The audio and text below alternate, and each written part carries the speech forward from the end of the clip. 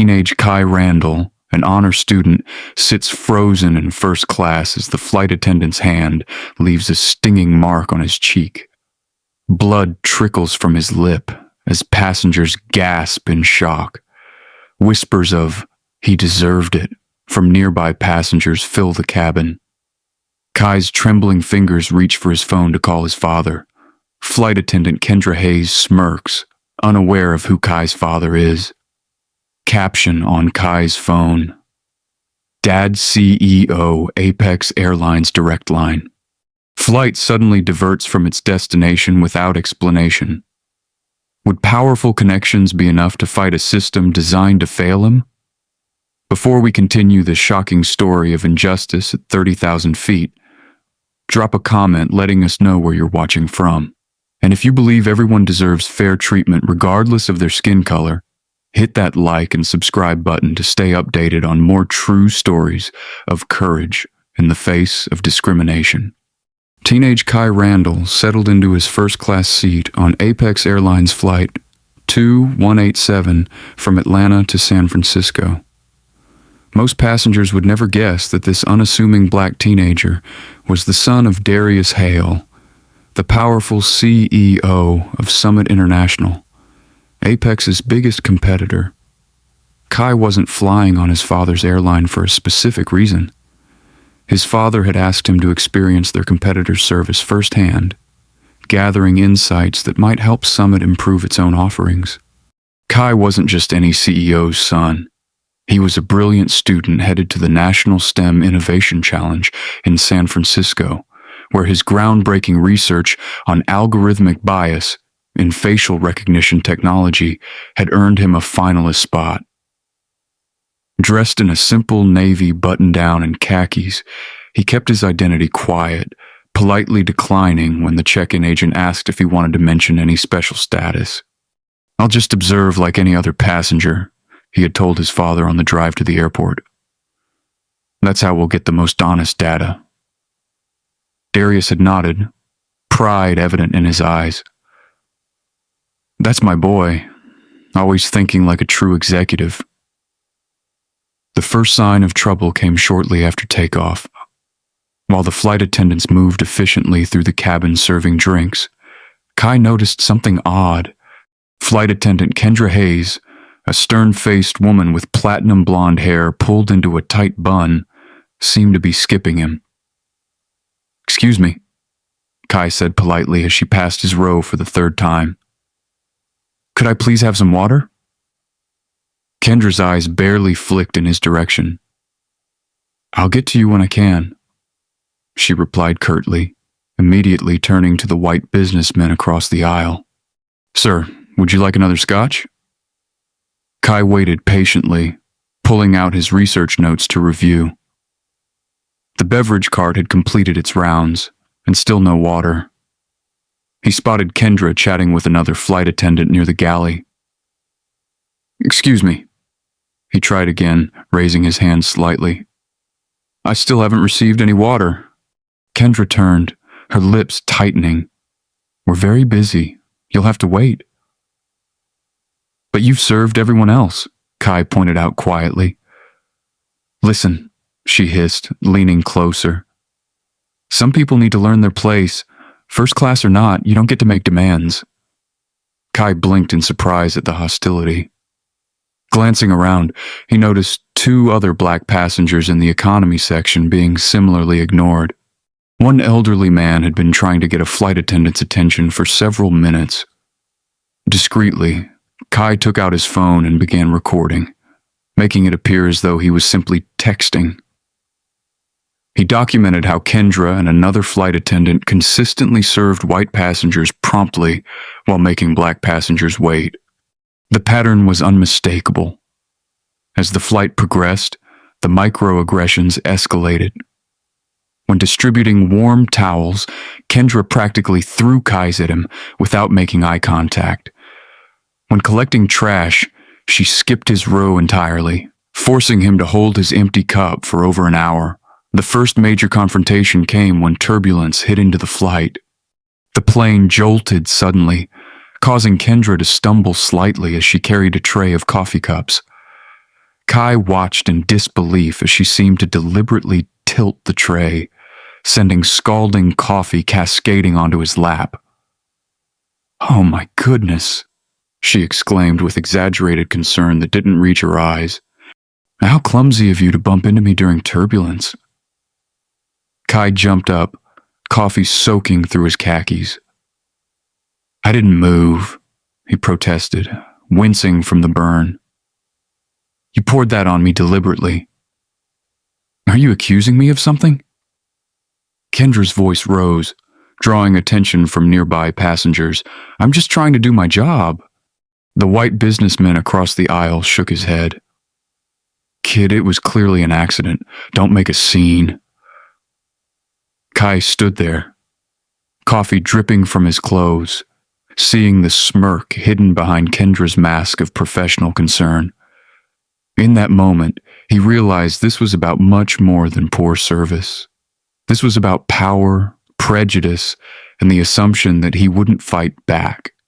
Little did Kendra Hayes know, fighting systematic injustice was exactly what Kai Randall had been trained to do his entire life. "I need to speak with the chief flight attendant," Kai stated firmly, still standing with coffee-soaked pants clinging uncomfortably to his legs. The burning sensation on his thighs intensified with each passing second. Kendra Hayes' professional mask slipped further, revealing a flash of contempt. "You can speak with me. I don't appreciate your tone or your accusations." "This wasn't an accident," Kai replied evenly, holding up his phone.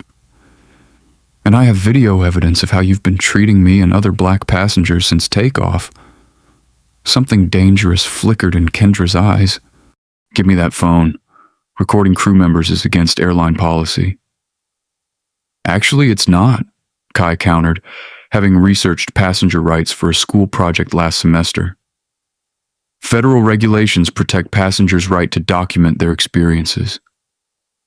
The white businessman from across the aisle, Harlan Thorpe, a silver-haired executive type in an expensive suit, stood up. "The boy's being disruptive," he announced loudly. "He was thrashing around during turbulence and knocked the coffee out of her hand. I saw it." Kai stared at the man in disbelief. "That's not what happened at all." "He threatened me earlier too," Kendra added smoothly, building on the false narrative. "Said he'd make sure I lost my job if I didn't give him special treatment." "That's a complete lie," Kai protested, looking around for support. Most passengers averted their eyes, unwilling to get involved. The injustice of the situation hit him like a physical blow. Kendra lunged forward unexpectedly, grabbing for Kai's phone. "Airline policy requires me to confiscate any recording devices used inappropriately." Kai instinctively pulled back, protecting his evidence. "Don't touch my property." What happened next occurred so quickly that several passengers gasped. As Kai pulled his phone away, Kendra Hayes swung her open palm and slapped him hard across the face, her ring cutting his lip. The sound of the slap echoed through the cabin. Blood trickled from Kai's split lip. Stunned silence fell over the first-class section. "He tried to assault me," Kendra shrieked, stepping back with theatrical fear. "I was defending myself." A security officer named Derek Vaughn rushed forward from the back of the plane. Without asking a single question, he immediately grabbed Kai by the arm. "Sit down and stay there," he ordered. "We'll have restraints ready if you make another move." "She hit me." Kai touched his bleeding lip in shock. "I didn't do anything." "I saw the whole thing," Harlan Thorpe interjected again. "The boy was aggressive. The flight attendant was defending herself." Derek Vaughn nodded, not even bothering to question this version of events. "If you cause any more trouble, you'll be restrained for the remainder of the flight and arrested upon landing. Understood?" Most passengers remained silent, eyes averted, pretending not to see the blatant injustice unfolding. But from a few rows back, an Asian American woman stood up. "That's not what happened," she stated firmly. "I'm Doctor. Sophia Liang and I witnessed everything. The flight attendant struck this young man without provocation after deliberately spilling coffee on him." Kendra's eyes narrowed at Dr. Liang. "Please return to your seat, ma'am. This doesn't concern you." "Injustice concerns everyone," Dr. Liang replied. But another flight attendant was already ushering her back to her seat. With shaking hands, Kai pulled out his phone again, turning slightly away from the watchful eyes of Derek Vaughn. He quickly hit his father's direct number, keeping his voice low. "Dad," he whispered, "I need help. Did you see how quickly the situation escalated based on false accusations?" Comment number 1 if you believe Kai should have immediately revealed his father's identity. Or number 2 if you think he was right to handle it quietly. If you've ever witnessed discrimination and stood up like Dr. Liang did, hit that like button to show your support for those brave enough to speak truth to power. And don't forget to subscribe for more stories that expose everyday injustices. What powers would Darius Hale bring to bear when he discovered his son had been assaulted? And would Kendra Hayes' smirk disappear when she learned exactly who she had messed with? Let's continue this shocking true story. Darius Hale was reviewing quarterly projections when his secure line rang. Few people had this number, and fewer still would use it unless the matter was urgent. "This is Darius," he answered, still scanning the financial reports on his screen. "Dad," came his son's whispered voice, tension evident in every syllable. "I need help." Darius immediately sat upright, reports forgotten. "Kai, what's wrong?" As Kai quietly recounted the events, from the deliberate coffee spill to the slap that left him bleeding, Darius's expression transformed from concern to controlled fury. A former Air Force pilot before entering the corporate world, Darius Hale was known for his ability to remain calm in crisis. But hearing his son's voice shake with the indignity of what he'd experienced tested those limits. "They're threatening to restrain me, Dad. The security officer won't listen. They don't know who I am. But even if they did, nobody should be treated this way." "What flight are you on, son?" Darius asked, his voice deadly calm. "Apex 2187, Atlanta to San Francisco." "Stay calm. Document everything. I'm handling this now." Darius ended the call and immediately set a complex machine in motion. First, he called the FAA's direct line, leveraging relationships built over years in the industry. Next came air traffic control. Finally, he reached out to his counterpart at Apex Airlines, board chairman Victor Klein, bypassing CEO Bradley Pierce entirely. "Victor, this is Darius Hale. Your flight attendant just assaulted my teenage son on Apex 2187. I've already spoken with the FAA. You have exactly 1 minute to make this right before I escalate further." Aboard Flight 2187, Captain Harlan Reynolds was puzzled by the sudden communication from headquarters. The message on his secure channel was cryptic but unmistakable. "Flight 2187, divert immediately to Knoxville. Cite mechanical concerns. Priority landing authorized. Await further instructions upon arrival." Knoxville. "We're already halfway to Denver," First Officer Tamara Reed questioned. Captain Reynolds shrugged. "Orders from the top. Must be something serious." He made the announcement to the confused passengers. "Ladies and gentlemen, due to a potential mechanical issue, we'll be making an unscheduled landing in Knoxville. We apologize for any inconvenience." In the cabin, confusion reigned. Kendra Hayes received an urgent message on her crew phone and went pale. She hurried to the galley where she frantically whispered to her colleagues, "The kid in 3A, does anyone know who he is?" Junior flight attendant Lena Hamilton checked the manifest on her tablet. "Kai Randall. Let me see. Wait, Randall. As in Darius Hale's son, The CEO of Summit International? That's impossible, Kendra hissed. But panic was setting in. Why would he be flying Apex? Probably corporate espionage, Derek Vaughn suggested, joining the huddle. But that doesn't change anything. He was being disruptive.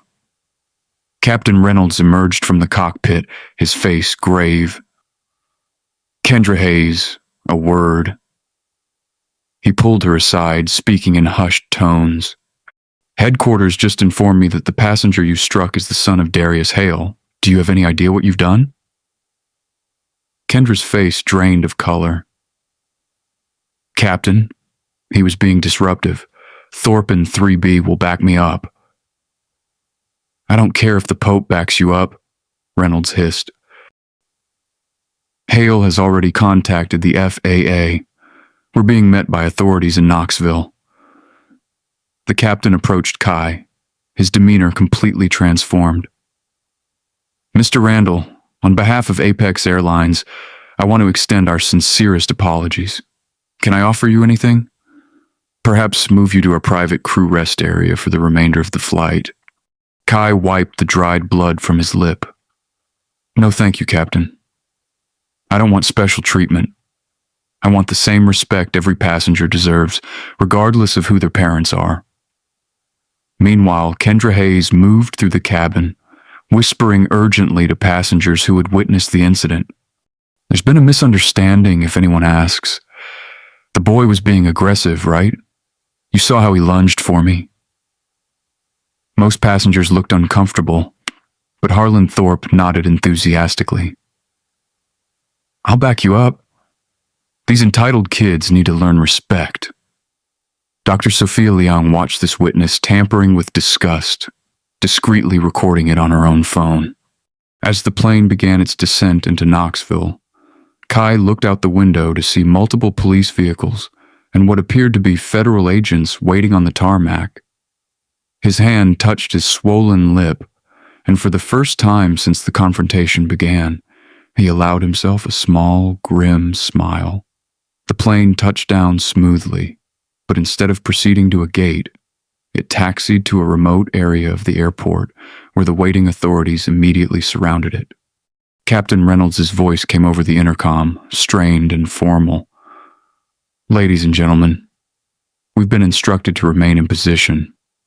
Please stay seated with your seatbelts fastened until further notice. Derek Vaughn approached Kai with a completely different attitude.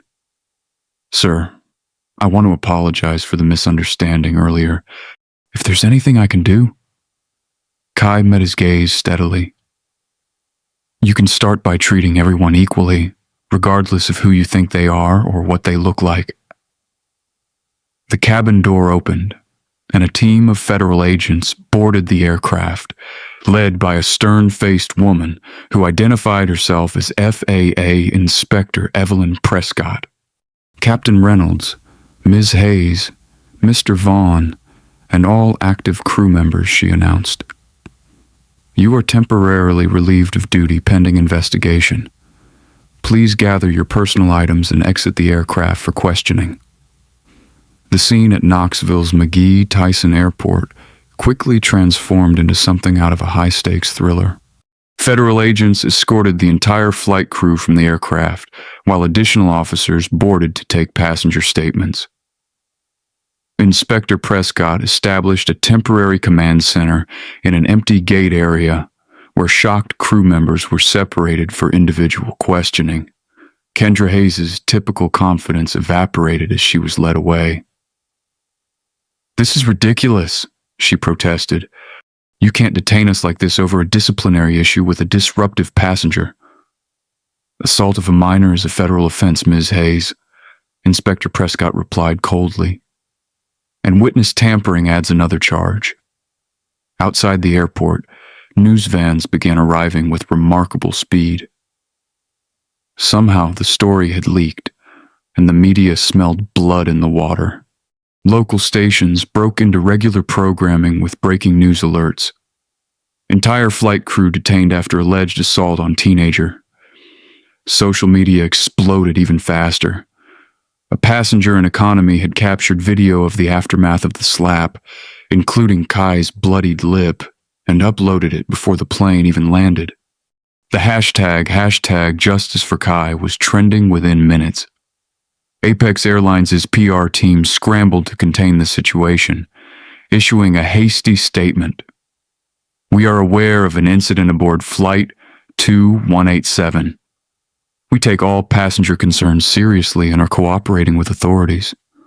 The safety and dignity of our passengers remain our highest priority." Inside the makeshift interrogation rooms, the stories began to diverge dramatically. Kendra Hayes doubled down on her narrative. "This is clearly a setup," she insisted to the investigators. "Darius Hale sent his son on our airline to create an incident. It's corporate sabotage, plain and simple." "And the blood on his face?" the investigator asked. "He did that to himself after I defended myself from his aggression," she claimed. Harlan Thorpe, the businessman who had supported Kendra's version of events, found himself in an uncomfortable position when confronted with video evidence from multiple passengers. "Well, from my angle, it looked like that is to say," he stammered before finally admitting, "I may have misinterpreted what I saw." Meanwhile, Dr. Sophia Liang provided investigators with her own footage, including Kendra's attempts to influence witnesses after the fact. Her reward for this honesty was immediate. As she gave her statement, her phone buzzed with an email from her hospital administration.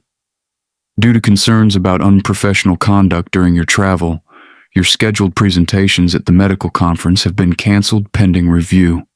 She stared at her phone in disbelief. Someone had reached out to her employers that quickly. The message was clear. Speaking up had consequences. Outside in the main terminal, a sleek private jet touched down, and Darius Hale emerged, flanked by his legal team.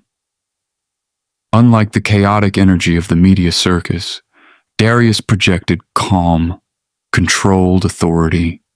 He didn't run or shout. He moved with purpose, dressed impeccably in a charcoal suit that radiated power without ostentation.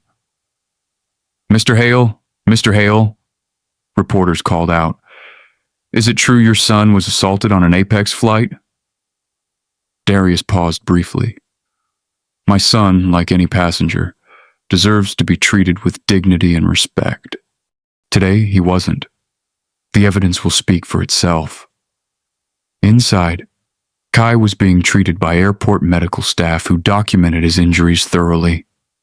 Photos of his bruised face and cut lip quickly found their way online, further fueling public outrage. When father and son reunited in a private airport lounge, Darius embraced Kai tightly before examining his face with concern. "I'm okay, Dad," Kai assured him, "but this isn't just about me. The other black passengers were being treated poorly, too. This is systematic."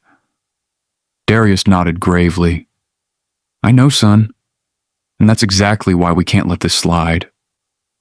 What neither of them realized in that moment was that Apex Airlines CEO Bradley Pierce had already landed in his own private jet on the other side of the airport, and he had come prepared for war.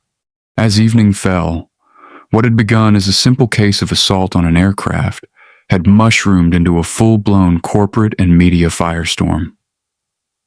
The story dominated evening news broadcasts nationwide. The teenage son of Airline CEO Darius Hale was allegedly assaulted by an Apex Airlines flight attendant today, leading to the unprecedented detention of an entire flight crew. Sources say the incident may reveal a pattern of discriminatory behavior at the airline. Apex stock has already fallen in after-hours trading as investors react to the developing scandal. But behind the headlines, darker forces were already moving to control the narrative and protect powerful interests regardless of the truth. The morning after the incident brought revelations that shook both the Hale family and the airline industry. While Kai rested in a hotel suite, Darius and his legal team dove into Kendra Hayes' employment history. uncovering a disturbing pattern. This wasn't her first incident. Darius's lead attorney, Sofia Valdez, explained as she spread documents across the conference table. Hayes has had discrimination complaints filed against her, all by passengers of color. Darius reviewed the documents, his expression darkening. And all of them buried by Apex's HR department. Exactly, Sophia confirmed. Not one resulted in disciplinary action. The standard response was insufficient evidence or passenger misunderstanding. As the investigation deepened, a junior IT specialist on Darius's team made an even more shocking discovery. An internal Apex Airlines training document titled Passenger Profiling for Premium Service Optimization. You need to see this, sir, the specialist said, handing Darius a tablet. The document outlined procedures for identifying passengers who maximize revenue potential versus those who present efficiency challenges. While carefully avoiding explicitly racial language, the coded terminology and example scenarios made the intent unmistakable. Black passengers were to be given minimal service to prioritize attention for white customers. This is systemic, Kai observed, having joined his father despite his still swollen face. It's not just Kendra Hayes, it's policy. Darius nodded grimly. With this evidence, justice will be served. That confidence was short-lived. As Darius prepared to share their findings with federal investigators, his security chief interrupted with troubling news. Sir, the local police chief, Garrett Klein, just took over jurisdiction from the FAA. On what grounds? Darius demanded. He's claiming the incident occurred in local airspace and involved simple assault, not a federal matter.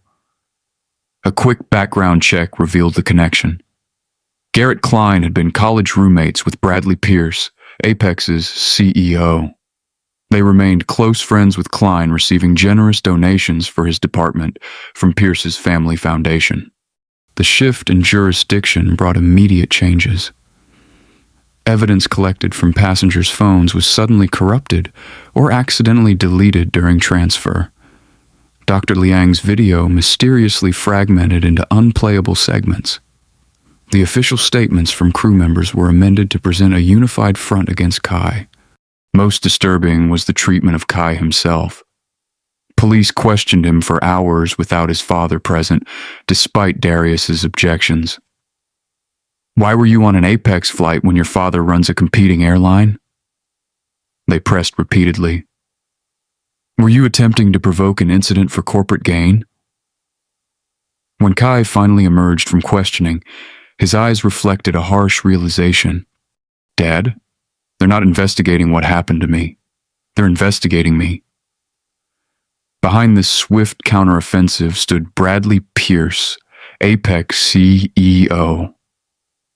From his wood-paneled office at corporate headquarters, he orchestrated each move with calculated precision. Pierce wasn't just protecting his airline. He was sending a message to Darius Hale. Hale thinks his money and connections can touch us, Pierce remarked to his executive team. And let's show him how real power works. Would you remain silent if you witnessed officials corrupting evidence to protect powerful interests? Comment number 1 if you believe the Hale should go public with everything immediately, or number 2 if you think they should gather more evidence first. If you've ever seen justice delayed or denied because of connections between authorities and influential people, hit that like button to stand against corruption. And make sure you're subscribed to see how this explosive battle between corporate titans unfolds. What shadowy alliances had Bradley Pierce built to wield such influence?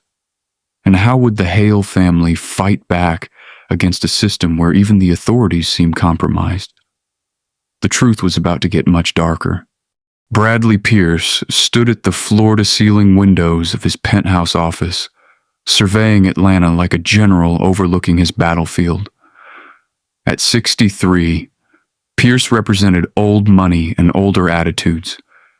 His family's airline empire built through connections that predated civil rights legislation. The Hale situation requires immediate containment, he told his crisis management team. I want a complete narrative reversal. Pierce's counteroffensive began with a media blitz. By afternoon, carefully edited video clips appeared on news sites, showing only Kai's reaction after the coffee was spilled, making it appear as though he had lashed out unprovoked.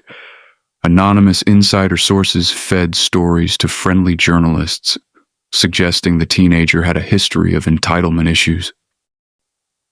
Teenage Hale, troubled teen or corporate spy, read one headline. Industry experts question timing of airline incident, proclaimed another. Simultaneously, regulatory agencies began investigating Summit International with unusual vigor. The FAA announced a routine safety audit of all Summit flights. The SEC initiated a probe into potential reporting irregularities in Summit's quarterly filings.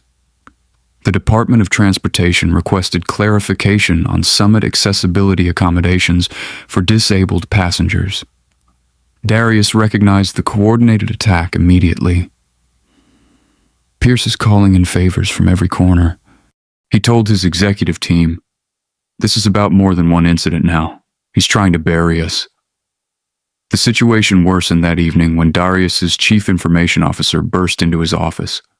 "Sir, we're under cyber attack. Someone's breached our main servers." "What are they after?" Darius demanded. "Everything. Passenger data, financial records, internal communications. They're copying it all." Despite immediate countermeasures, the damage was done.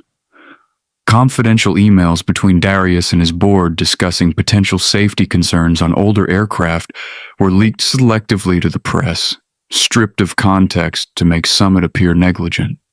Meanwhile, those who had supported Kai faced personal consequences. Dr. Sophia Liang received notice that she was terminated from her prestigious hospital position for unprofessional conduct, reflecting poorly on the institution. The real reason became clear when she learned her hospital had recently received a multi-million-dollar donation from Pierce's family foundation. At Kai's elite private school, he returned to find threatening notes in his locker. Corporate spy and worse slurs were scrawled across his books. The school administration seemed oddly reluctant to investigate, the headmaster suggesting that perhaps Kai should take some time off until things settle down.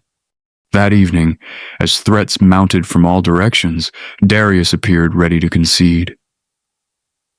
"Maybe we should settle this privately," he suggested during a family dinner at their heavily guarded home. "I can't risk the company and the livelihoods of thousands of employees over this." Kai looked at his father in disbelief. "Dad, this isn't just about me anymore. It's about every person who's been mistreated by Apex and stayed silent because they didn't have our resources to fight back. If we give up, Pierce wins and nothing changes." The conviction in his son's voice rekindled Darius's resolve. "You're right. Pierce wants us to back down. That's exactly why we can't." Hope arrived unexpectedly the next morning in the form of Tamara Reed, the junior flight attendant from the Apex flight. She had contacted Darius's office requesting an urgent meeting. "I can't be seen with you publicly," she explained when they met at a discreet location. "But I've been documenting Apex's discriminatory practices for months." She handed over a flash drive, internal emails, training materials, even directives from Pierce himself about passenger prioritization. They specifically instruct crew to minimize service to passengers of color. "Why are you doing this?" Kai asked her. "You could lose your job." Tamara's eyes hardened. "I joined the airline industry to serve people with dignity. What Apex is doing violates everything I believe in, and what they did to you." She shook her head.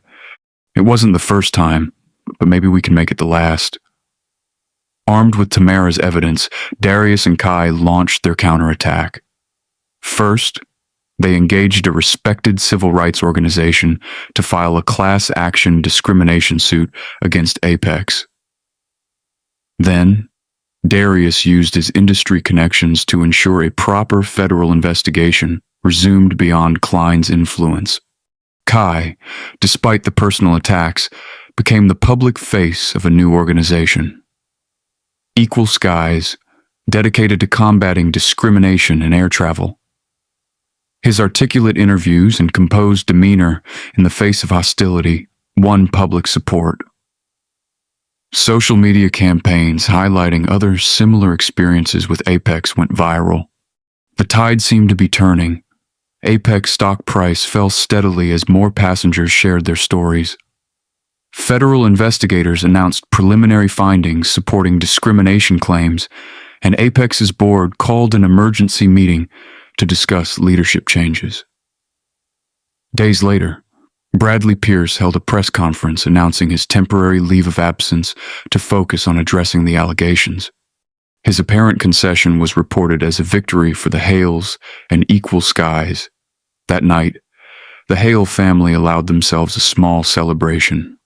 "It's not over," Darius cautioned, but Pierce stepping aside is huge. The board will likely settle the cases now and implement real changes. What they didn't know was that Pierce had merely executed a tactical retreat. From his secluded estate, he continued directing operations, having left his most loyal subordinate as interim CEO. Pierce hadn't surrendered.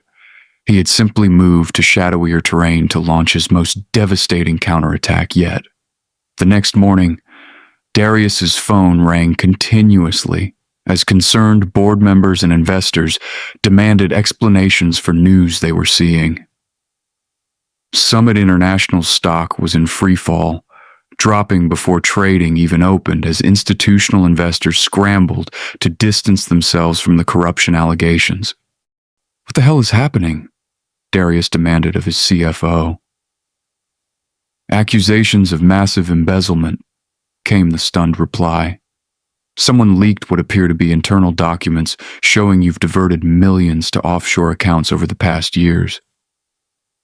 "That's absurd. Those documents must be forgeries." "They look legitimate, sir. They have all the right signatures, account numbers, everything." Similar accusations hit Kai at school, where administrators presented him with evidence that he had cheated on his award-winning research project using data stolen from another student. The fabricated evidence was meticulous, including fake emails and doctored timestamps. "Doctor," Leon called with equally disturbing news. "Someone tried to run me off the road this morning," she reported shakily. "The black SUV with tinted windows forced me into a guardrail. When I got out to confront them, they sped away." Most alarming was Tamara Reed's sudden disappearance. She had failed to join a scheduled meeting, and attempts to reach her went unanswered. Her apartment showed signs of a hasty departure, or worse. By evening, the coordinated attack had thrown the Hales' lives into chaos. Summit International faced an emergency board meeting to discuss Darius's suspension. Kai's college acceptances were placed under review. Even Naya's medical practice was under sudden investigation by the state licensing board for billing irregularities. "Pierce is trying to erase us," Darius realized as his family gathered in their home, now feeling more like a fortress under siege. "He's not just attacking our reputations. He's going after our entire future." Kai, who had shown such composure throughout the ordeal, finally allowed himself a moment of vulnerability. "Dad, I never wanted this to cost our family everything." Darius embraced his son tightly. "Listen to me. What Pierce doesn't understand is that principles matter more than money or status. You were right to stand up, and I'll never regret supporting you. Some fights are worth any cost." As night fell, the Hale family faced their darkest hour. Their reputations shattered, their futures threatened, and their allies endangered. Pierce's message was clear: "Cross me, and I will take everything from you." But what the powerful CEO failed to recognize was that in pushing the Hales to the edge, He had removed all their reasons for restraint. With nothing left to lose, they were now free to fight by different rules. Dawn broke over Atlanta with shocking financial news. Summit International stock had plummeted an additional percentage before trading even opened as institutional investors scrambled to distance themselves from the corruption allegations. Emergency board meetings had been called with several directors publicly questioning whether Darius Hale should be placed on administrative leave. Darius arrived at headquarters to find security guards unsure whether to admit him. His executive assistant handed him a stack of resignation letters from key vice presidents. On the lobby television, financial news networks ran continuous coverage of the Summit International scandal, complete with infographics showing the alleged money transfers to offshore accounts. The documents are forgeries, Darius insisted to his remaining loyal executives, but they're incredibly sophisticated ones. Whoever created them had access to our internal templates, signature files, even account codes that only top-level management should know. His legal team delivered more bad news. The SEC had opened a formal investigation, and federal prosecutors were reviewing the case for potential criminal charges. His assets might soon be frozen. For Kai, the situation at school had become unbearable. Anonymous texts circulated showing doctored images of his research presentation with accusations of plagiarism. When he opened his locker, he found it filled with fake money and a note reading, "Like father, like son, like father." Most disturbing was the news Kai received the same day. His placement in the National STEM Innovation Challenge had been rescinded due to credible allegations of research misconduct. No details were provided, and appeals were denied. "It's like Pierce has poisoned every aspect of our lives," Kai told his mother as she picked him up early from school, unable to face the continuing hostility.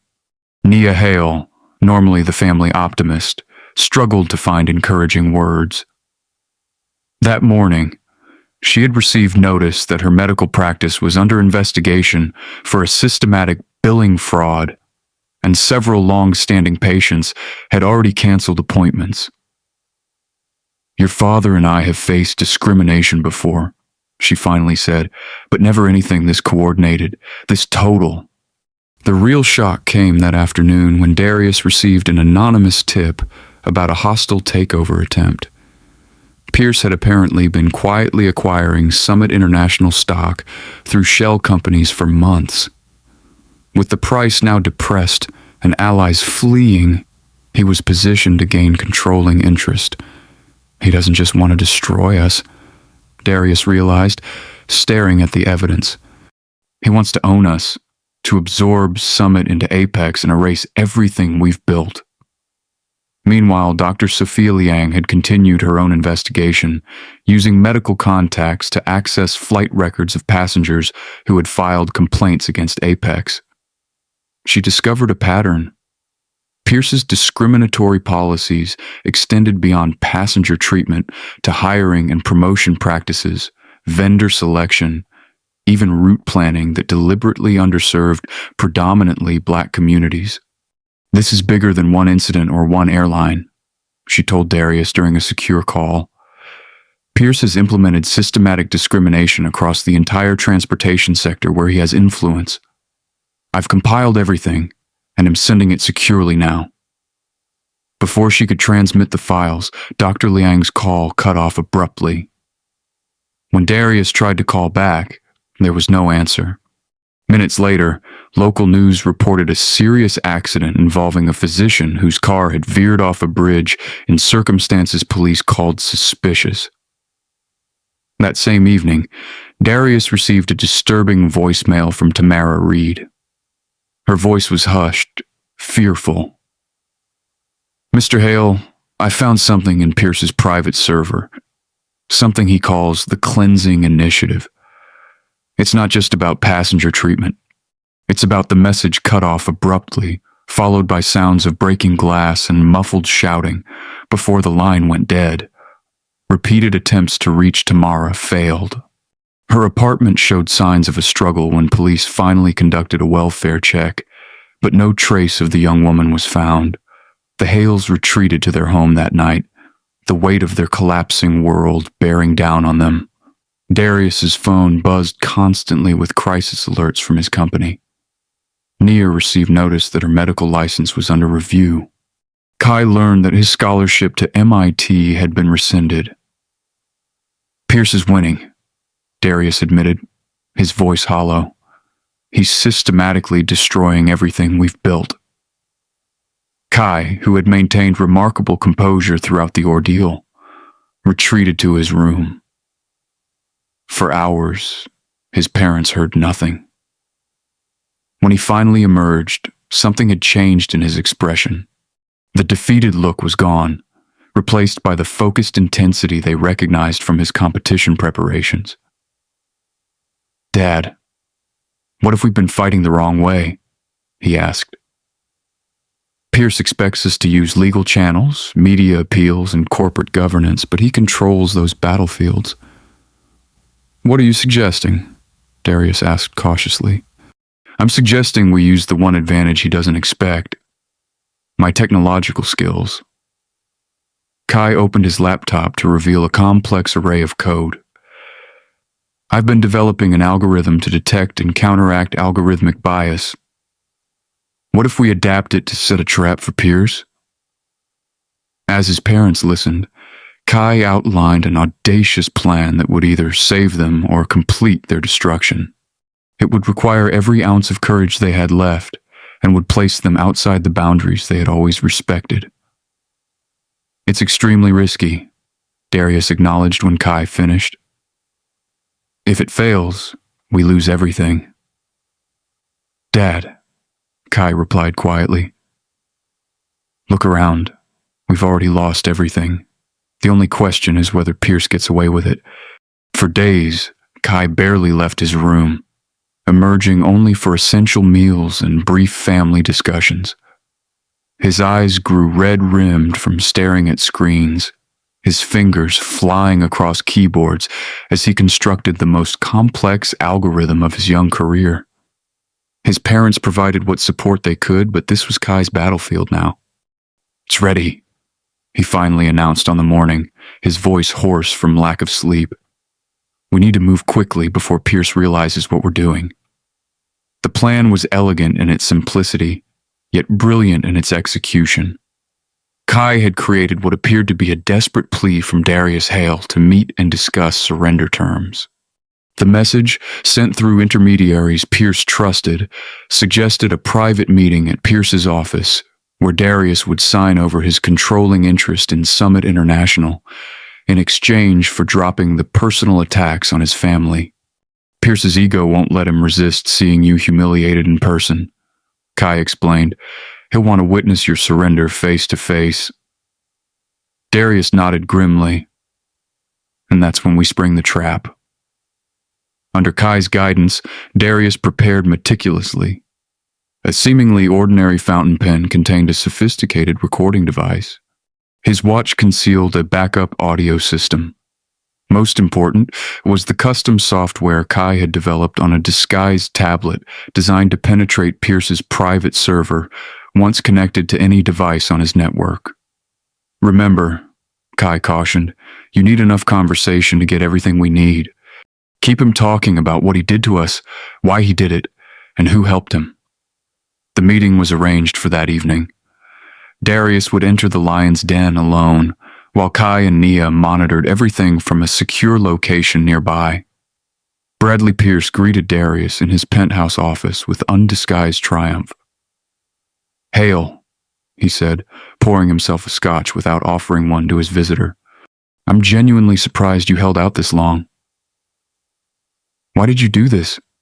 Darius asked, his voice carefully modulated to sound defeated rather than accusatory. "This went far beyond business competition." Pierce laughed, settling into his leather chair. "You really don't understand, do you? You people always think it's personal." "You people?"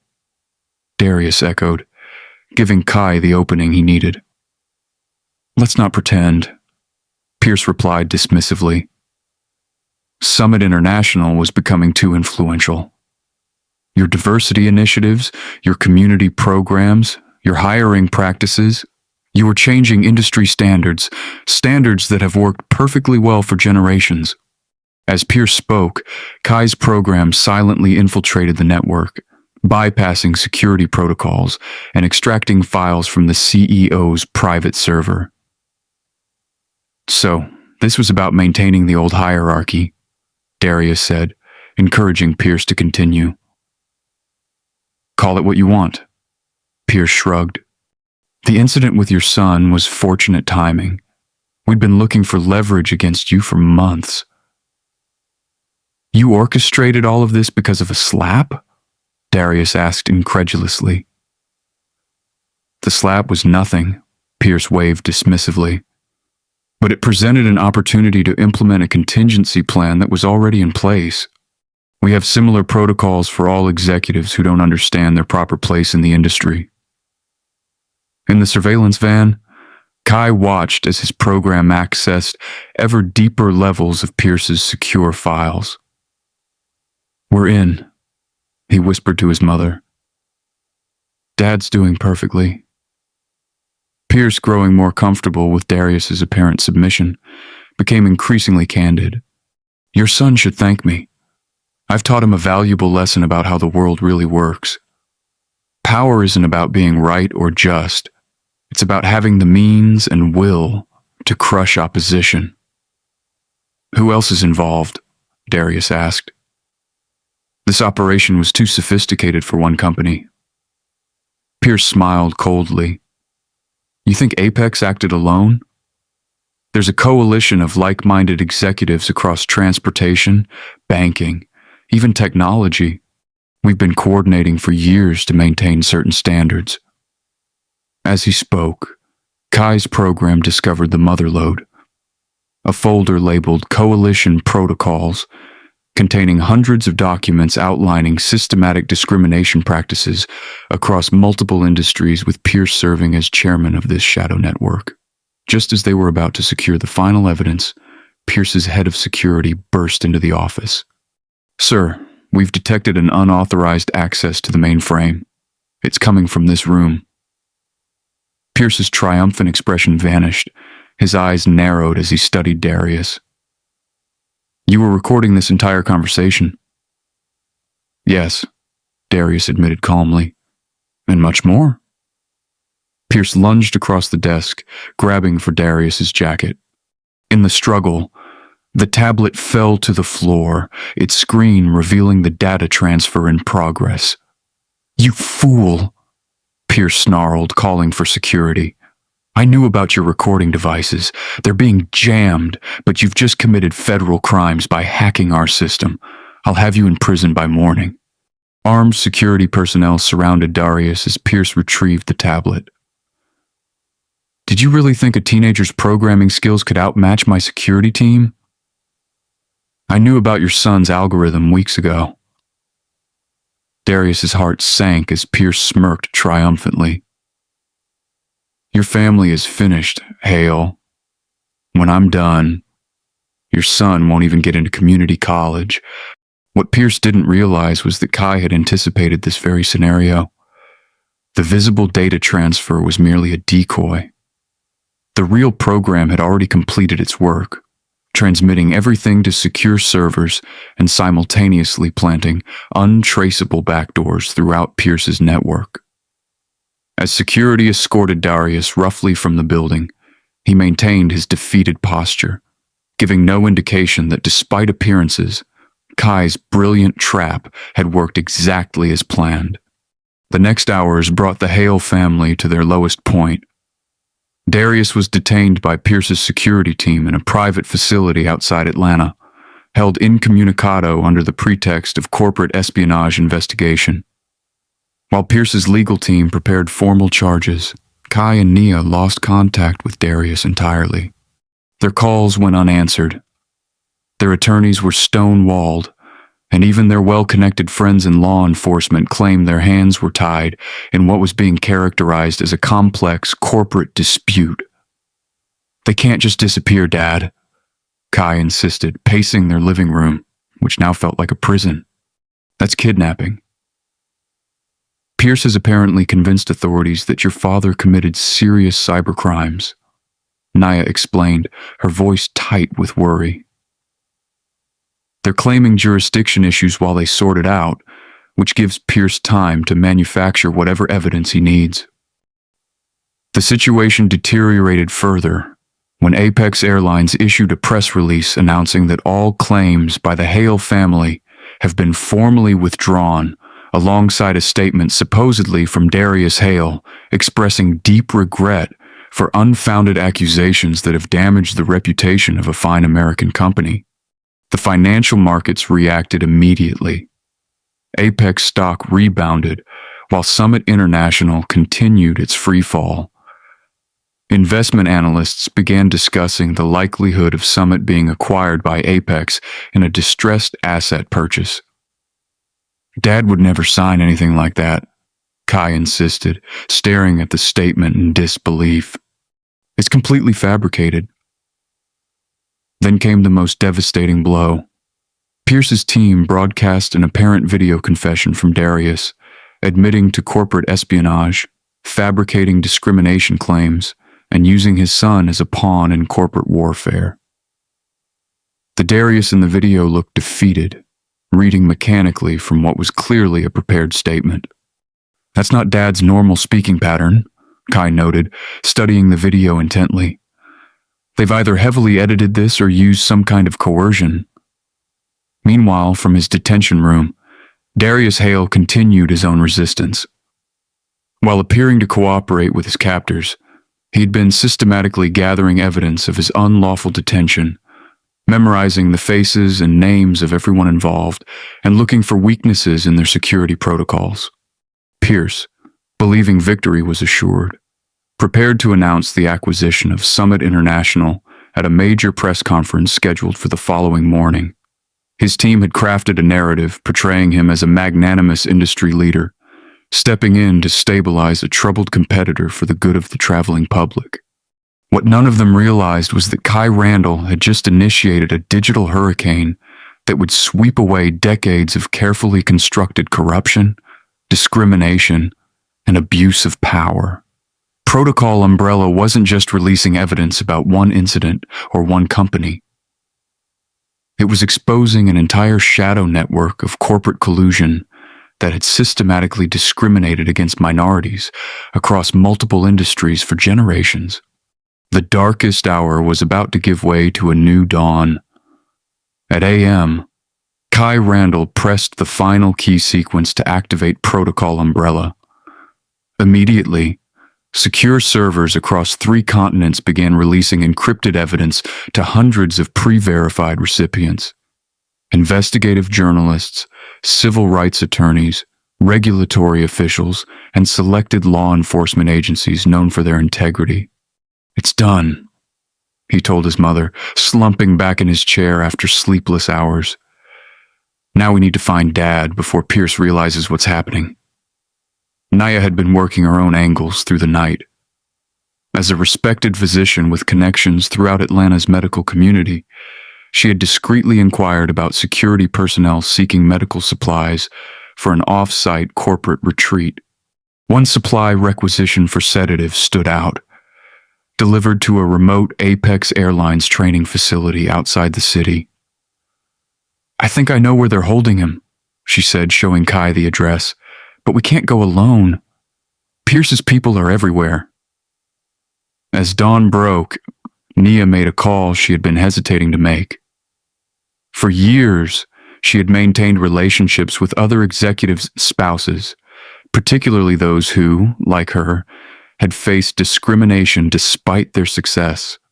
They had formed an unofficial support network, sharing experiences too painful to discuss publicly. Lena, she said when her call was answered. It's Naya Hale. Bradley Pierce has kidnapped my husband. I need your help. Lena Hamilton, wife of airline industry pioneer Rafael Soto, didn't hesitate. Tell me what you need. What followed was a remarkable mobilization. By mid-morning, an unexpected alliance had formed. Powerful figures from across the transportation industry, who had privately chafed under Pierce's influence for years but lacked the evidence or courage to challenge him openly. Now, with Protocol Umbrella unleashing damning evidence by the hour, they finally had both. Rafael Soto provided his private security team. Tech entrepreneur Evelyn Prescott offered advanced communication equipment. Former FAA Director Javier Chen made calls to federal authorities he trusted implicitly. Within hours, what began as a desperate family's last stand transformed into a coordinated operation. Meanwhile, Protocol Umbrella's impact was spreading like wildfire. Piercegate and #SkylineJustice were trending globally. Major news networks interrupted regular programming to report on the explosive revelations. The evidence was undeniable and devastating. Communications revealing systematic discrimination, blackmail of officials, and manipulation of regulations to maintain Pierce's power structure. Most damning was the Coalition Protocols folder, which exposed a shadow network of executives across 12 major industries who had coordinated efforts to suppress diversity initiatives, block advancement of minority employees, and undermine businesses led by people of color.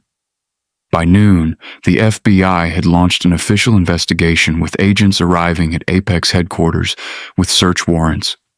The SEC suspended trading of both Apex and Summit stocks pending investigation. International authorities began freezing assets linked to Pierce's network. At Apex's headquarters, Bradley Pierce received the news of Protocol Umbrella's activation with cold fury. "Find the Hale boy and shut him down," he ordered his head of security, "and prepare the jet. We may need to expedite our departure." Pierce had maintained escape plans for years, private aircraft fueled and ready, accounts in countries without extradition treaties, new identities prepared for himself and key lieutenants. He had never expected to need them, but had always considered contingencies a mark of proper leadership. As federal agents moved to secure Apex's offices, Pierce slipped away through a private elevator to the parking garage, where a car waited to take him to the training facility where Darius was held. If nothing else, the Summit CEO would make useful leverage. But Pierce wasn't the only one en route to the facility. Guided by Naya's intelligence and supported by their new alliance, Kai and a team of private security professionals were closing in from another direction. Inside the facility, Darius Hale had spent his captivity observing and planning. Though drugged and restrained for interviews, he had managed to palm some of the sedatives rather than swallowing them, gradually building clarity while maintaining the appearance of compliance. When alarms began sounding throughout the facility and security personnel started moving with obvious agitation, Darius knew something had changed. Through a partially open door, he caught fragments of panicked conversation. "Everything's been leaked. Feds moving in." Pierce wants him moved. Darius tested his restraints, finding them improperly secured due to his guard's overconfidence. With practiced movements from his military training decades earlier, he worked one hand free, then quickly liberated himself entirely. As Pierce's car sped toward the facility, Kendra Hayes, who had been reassigned there after the flight incident, received orders to prepare Darius for immediate transport. When she entered his room, she found it empty. "He's loose!" she shouted, reaching for her radio. Before she could call for backup, Darius emerged from behind the door. "Ms. Hayes," he said calmly, "I believe we have unfinished business." Across town, the FBI investigation accelerated as agents discovered a treasure trove of incriminating evidence. Kendra Hayes had turned state's witness, providing detailed accounts of discrimination practices in exchange for leniency. Additional Apex employees came forward hourly, the dam of fear finally breaking. Most surprisingly, Harlan Thorpe, the businessman who had supported Hayes's false claims on the flight, contacted authorities to recant his testimony. Pierce's people said they'd ruin me if I didn't back their story, he admitted. I was a coward, and I'm deeply sorry. As federal indictments were being prepared, Bradley Pierce arrived at the training facility to find it in chaos. Guards were abandoning their posts as news of federal investigations spread. Darius Hale was nowhere to be found. Pierce barricaded himself in the facility's command center, increasingly desperate. When his private security chief finally reached him, the news was catastrophic. Sir, the feds have frozen all the escape accounts. The jet has been grounded. And he hesitated. The Hale Boy evidence dump included the contingency plans. They're waiting at every exit route. For the first time in his life, Bradley Pierce faced a situation he couldn't control. Decades of carefully accumulated power were evaporating hourly. As he contemplated his rapidly narrowing options, the door to the command center opened. Darius Hale walked in, followed by Kai and Nia, flanked by Rafael Soto and federal agents. It's over, Pierce, Darius said quietly. Pierce's expression shifted from shock to calculated calm. Perhaps this particular battle, he conceded, straightening his custom suit jacket. But you've overlooked something critical. With deliberate movements, he unlocked a secure terminal. I still control enough levers to cause catastrophic damage. This system contains manipulated evidence implicating dozens of minority-owned businesses in fraud schemes. One command, and it goes to every regulatory agency simultaneously. Your victory destroys countless innocent people. Kai stepped forward, no longer the frightened teenager from that first-class cabin. I wondered if you'd try something like this.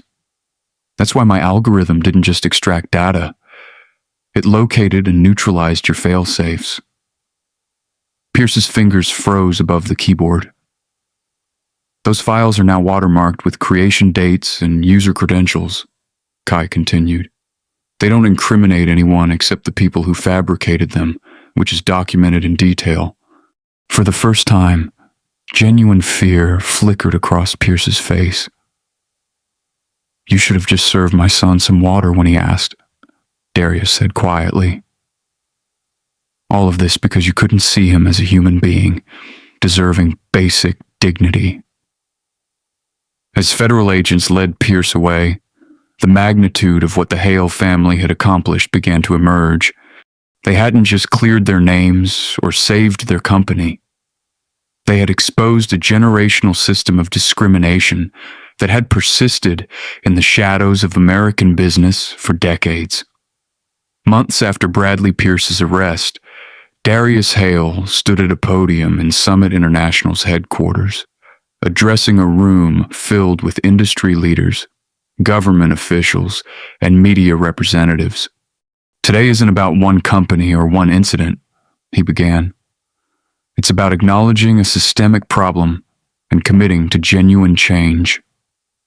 The transformation of the airline industry had been swift and comprehensive. Federal investigations into Pierce's coalition had resulted in criminal charges against executives across multiple companies. Apex Airlines had been placed under court-ordered monitorship with sweeping changes to leadership and policies. Most significantly, Darius had leveraged Summit's recovery to launch the Equitable Skies Initiative, an industry-wide effort to combat discrimination in all aspects of air travel, from hiring practices to passenger treatment. Real change requires more than policies on paper, Darius continued. It demands vigilance, accountability, and courage from every level of an organization. The initiative he outlined was sweeping, touching every aspect of the airline's operations from hiring practices to customer service protocols. It established regular audits to identify potential bias in how passengers were treated and created anonymous reporting channels for employees to flag concerns without fear of retaliation. Most significantly, it tied executive compensation directly to diversity and inclusion metrics, ensuring leadership had a personal stake in creating meaningful change. As the meeting concluded, several industry reporters were waiting outside for Darius's statement on Kendra Hayes' failed press conference. Rather than focusing on her, Darius used the opportunity to announce the Equitable Skies Initiative publicly. Today, we're not just addressing a single incident, but making a commitment to our passengers and employees that Summit will lead the industry in creating an equitable, respectful environment for everyone. The response was immediate and largely positive. Industry analysts noted that while the initiative would require significant investment, it positions Summit as a leader in corporate responsibility at a time when consumers increasingly considered a company's values in their purchasing decisions. The story took another turn when the Department of Transportation announced it was launching an investigation into discrimination complaints across all major airlines, citing the Summit incident as a catalyst. Meanwhile, Kendra Hayes faced mounting legal challenges. Beyond losing her job, she now confronted a defamation lawsuit from the Hales and potential criminal charges in France for endangering a minor by withholding medical assistance. Bradley Pierce, sensing the shifting tide, quickly distanced himself from Kendra Hayes, claiming he had been misled about the facts and removing the interview from his website. Derek Vaughn, whose recordings had proved instrumental in establishing the truth, found himself in a complicated position. While his evidence had helped expose Kendra's behavior, it also revealed his own failure to intervene earlier. Darius offered him a choice similar to what he had presented to Harlan Thorpe: resignation or participation in reforming the company culture. You didn't create the problem, but you were part of the system that allowed it to continue, Darius told him. Now you have a chance to be part of the solution. Derek chose to stay, accepting a demotion and a role in implementing the new accountability measures. Months after the incident that sparked international headlines, Apex Airlines had transformed in ways few could have predicted. The company's stock, which had initially plummeted during the crisis, had not only recovered but exceeded its previous value as investors responded positively to the airline's new direction and the transparent implementation of the accountability initiative. Darius Hale sat in his office overlooking the Atlanta skyline, reviewing the quarterly report on discrimination complaints. The data showed a decrease in reported incidents and, more significantly, a complete shift in how those complaints were handled. Every report now received a thorough investigation by an independent panel with clear communication to all parties throughout the process. The numbers are encouraging, noted Lena Hamilton, who had been promoted to Executive Vice President of Culture and Inclusion, a position with direct reporting lines to Darius and the board.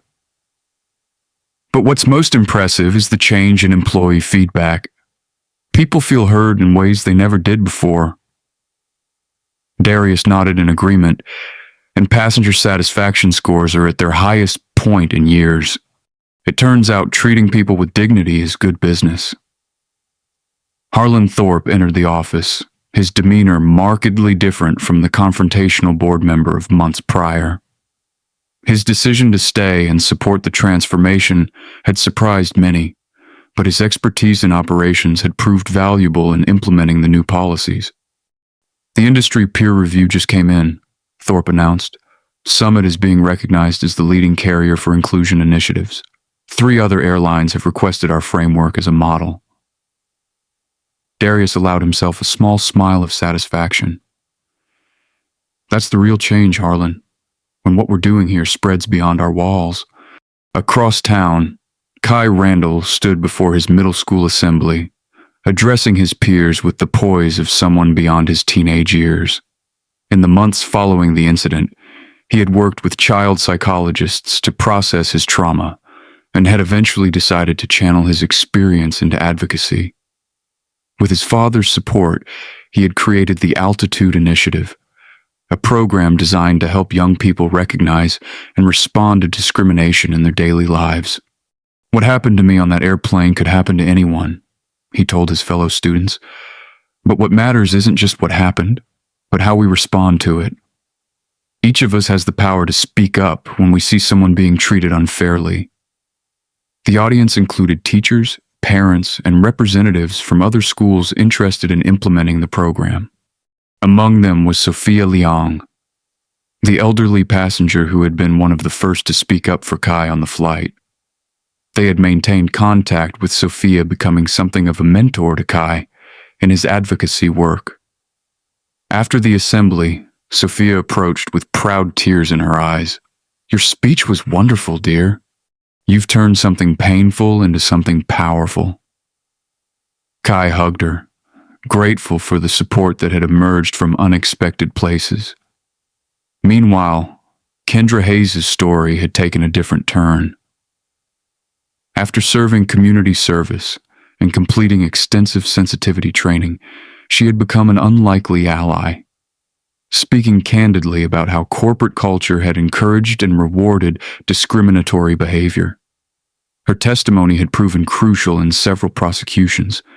The most surprising development came after Pierce's conviction, when Apex Airlines, struggling to survive the scandal and rebuild public trust, faced potential bankruptcy. In a move that stunned the industry, Kai Randall, using the settlement funds from his personal lawsuit, purchased a controlling interest in the troubled carrier.